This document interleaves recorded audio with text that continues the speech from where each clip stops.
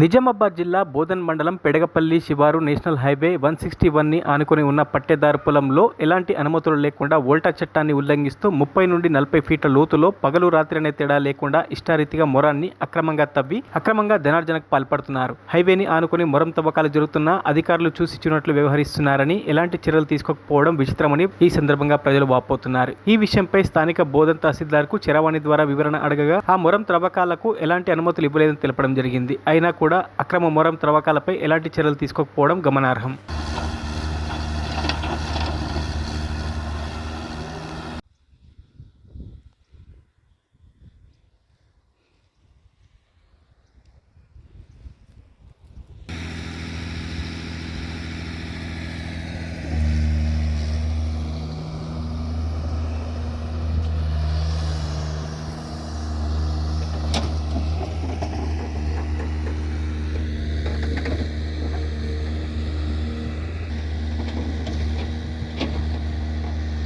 మరిన్ని అప్డేట్స్ కోసం మా ఛానల్ని సబ్స్క్రైబ్ చేయండి.